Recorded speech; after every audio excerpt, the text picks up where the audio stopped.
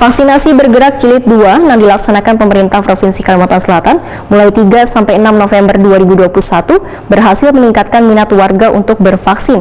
Pesertanya pun meningkat jika dibandingkan dengan jumlah vaksinasi bergerak tahap pertama.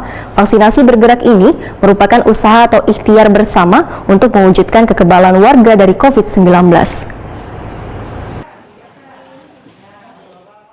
Vaksinasi bergerak jilid 2 yang dilaksanakan pemerintah Provinsi Kalimantan Selatan mulai 3 sampai 6 November 2021 berhasil meningkatkan minat warga untuk bervaksin. Pesertanya pun meningkat jika dibandingkan dengan jumlah vaksinasi bergerak tahap pertama. Gubernur Kalimantan Selatan Sahbirin Nur wayah ditakuni Prima TV usai memantau jalannya pelaksanaan vaksinasi tahap 2 di SMA Negeri 4 Banjarmasin Baisukan Senin 8 November 2021 memadahkan. Berdasarkan data dari Dinas Kesehatan Kalimantan Selatan, jumlah penerima vaksin di 13 kabupaten wan kota sebanyak 119.524 orang. Angka tersebut meningkat bila dibandingkan vaksinasi jilid pertama yang hanya 111.628 orang.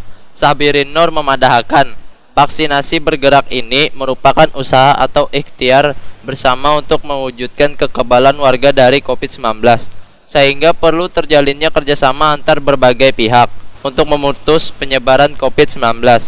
Sahbirin Nur mengingatkan warga untuk tetap menerapkan protokol kesehatan, sehingga upaya pemerintah dalam mewujudkan herd immunity pada akhir tahun 2021 nanti bisa tercapai.